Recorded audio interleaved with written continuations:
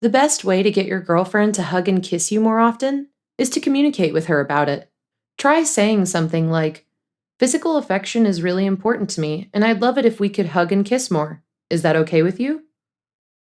Some people are more comfortable with physical touch than others, so respect her wishes and make sure that she's into the idea. Let her know that she can trust you not to put pressure on her if she doesn't enjoy cuddling or just isn't in the mood. You can also encourage her to hug and kiss you more by setting an example with your own behavior. Try giving her hugs and kisses, reaching out to take her hand when you're walking together, or putting an arm around her when you're sitting on the couch. But remember, always back off if she asks you to stop. Aside from getting cozy physically, you can also create more affection in your relationship by being kind, affectionate, and attentive in other ways. For example, you might make a point of telling her how much you love and appreciate her.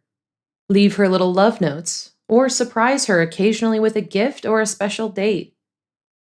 Take time to care for your appearance and hygiene too. For instance, make sure to brush your teeth and use mouthwash before seeing her, and put on clean clothes that look neat and tidy. She'll be more likely to snuggle up if you look and smell your best.